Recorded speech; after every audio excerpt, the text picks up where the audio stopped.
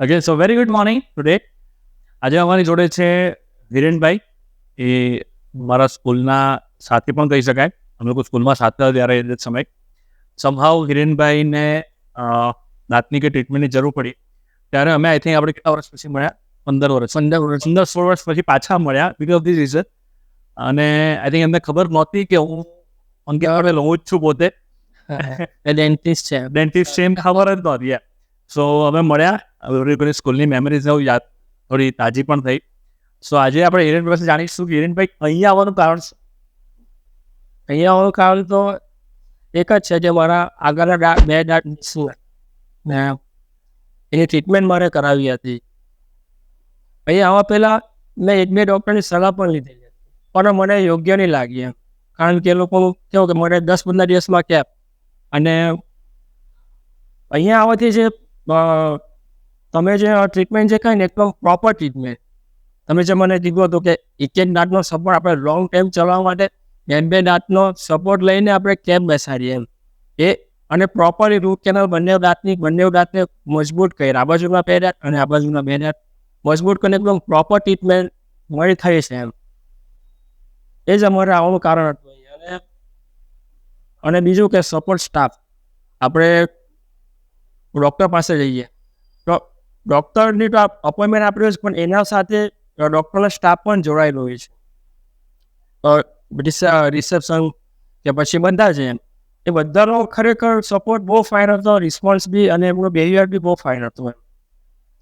અને બીજું સર કે એક વાર મને બહુ એનાથી મેં બહુ હેપી થયો કે મેં અહીંયા ટ્રીટમેન્ટ કરાવી, અને બીજા દિવસે પણ ફોન આવ્યો મારા પર કે સર તમને કોઈ પેઇન એવું નથી ને. એ મને બહુ ગમ્યું કે ટ્રીટમેન્ટ કર્યા પછી પણ એમનો સપોર્ટ આપણા પાછળ હોય છે એમ, આપણે કોન્ટેક્ટમાં રહીએ જ છે એમ.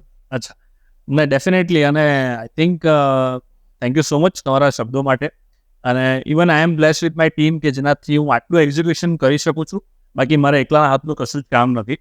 અને હિરેનભાઈ, બીજું એક એ જાણો હતું કે તમને અહીંયાનો અપ્રોચ કેવી રીતે આપે, તમને અહીંયા કોને કીધું કે તમે અહીંયા જાઓ, એ અમને થોડી માહિતી આપો. એકચ્યુઅલી થયું શું કે મેં 1-2 ડૉક્ટરની સલાહ ખાલી લીધી હતી અપોઇન્ટમેન્ટ.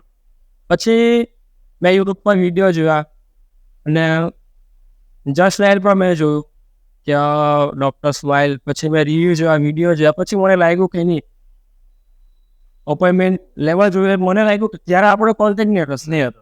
અહીંયા આવીને પછી ખબર પડી એમ. એટલે અહીંયા આવવા પહેલાં મેં બહુ નર્વસ હતો એમ. કારણ કે મારી સ્માઇલ જ જતી રહેલી હતી. સ્માઇલેસ એમ કે બે ફ્રન્ટના આગળના દાંત જ મારા ગયા હતા. એટલે ખરેખર અહીંયા આવવાથી ડૉક્ટર સ્માઇલ ડેન્ટલ ક્લિનિકમાં આવવાથી મારી સ્માઇલ આવી ગઈ પાછી. Thank you so much. So બસ તમે હસતા રહો, અને thank you so much for your words. અને ગમે ત્યારે પણ તમને ગમે તે તાપની કોઈ બી માહિતીની જરૂર પડે, યુ કેન કોલ અસ. અહીંયા આવીને તમે તો કંઈ બી પૂછી શકો છો, પણ તમને કંઈ કન્ફ્યુઝન તમે ઘરેથી પણ ફોન કરશો તો my team will definitely response you in good manner. Okay, so thank you so much Hirenbhai.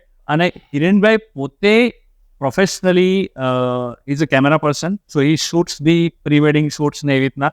અને એણે જે વિડીયો અત્યારે ઉતરે પણ છે એના માટે પણ આપણે ઘણી સલાહ આપી છે કે અંકિત તું આ ચેન્જ કરી શકે, આ ચેન્જ કરી શકે. સો thank you so much for that also.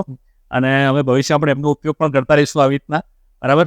અને તમારે પણ કંઈ બી વિડીયો શૂટિંગ કે કેમેરાનું કંઈ પણ કામકાજ હોય, વિઝિટ હિરેનભાઈ. હિરેન મારો ડિસ્ક્રિપ્શન પર ભાવેશભાઈ વિડીયોઝમાં નાખી દેશે. Okay, so thank you so much. અને લાસ્ટમાં thank you doctor smile dental clinic અને ડૉક્ટર અંકિત પટેલ, જે મારા મિત્ર છે, મારા ક્લાસમેટ છે, એમને પણ, અને એમના હોલ સ્ટાફને થેન્ક યુ હિરેનભાઈ.